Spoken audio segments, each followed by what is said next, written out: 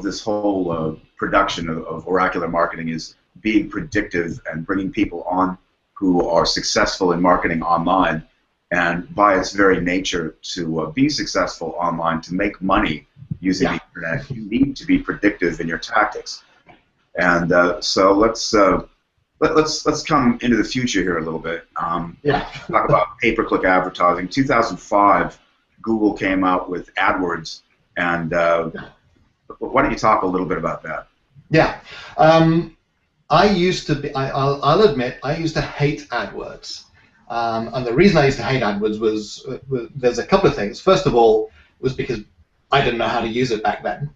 Because it was brand new. You and everybody else, that's why the people...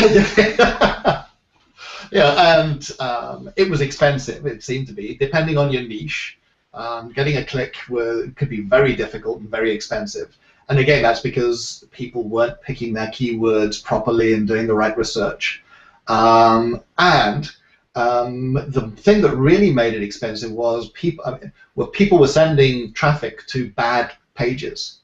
You know, most companies are still doing it. They pay for traffic and they send them to a home page. Well, the home page, somebody will look around, and when somebody comes to your website, you've got about 8 seconds before they decide to leave or not. So you've got 8 seconds to grab their attention, and about 50% of the traffic you send is going to leave if there's nothing there to grab their attention. Well, if you look at the typical homepage, it's cluttered, it's vague, it has there's nothing moving, it's static. And so people go there and they just go, I can't be bothered to read through all this. I can see 40 different links on the menu, I'm out of here. And so that immediately doubles the cost of your clicks. Yep. Whereas if you drive them to be very careful if you're using AdWords then and today, and keep track of it. And it's actually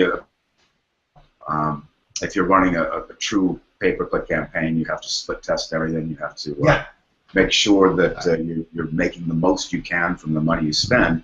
But anyway, you look at it, it's turning nickels and dimes and quarters into dollars. Yeah. It's turning dollars into nickels and dimes and quarters. Depending on whether you're doing it right, wrong, or right. Yeah. I mean, one of the things I tell my clients constantly is they've got to understand their numbers.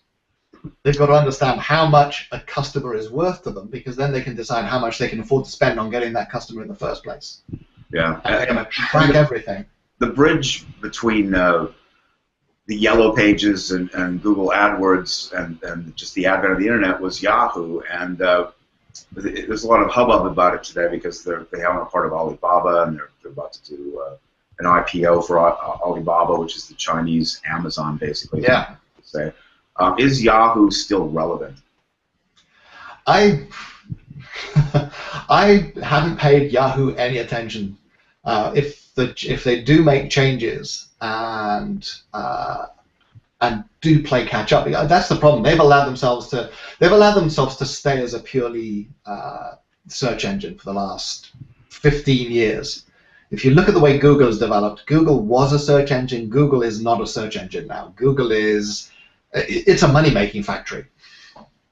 And if they can find a way to make money out of their own customers, then they will do it. Whereas Yahoo it was once the biggest show in town as far as search engines go, and then they've diversified into the communications platforms, but they haven't done it quite as well as Google has. Right, and Google, I mean, Google is YouTube. Google loves video. Yeah. Google is about to have us all watching video while our car drives itself. Yeah. I don't know about you in Toronto, but here I've seen driverless cars that testing. I saw it as much as 3 or 4 years ago.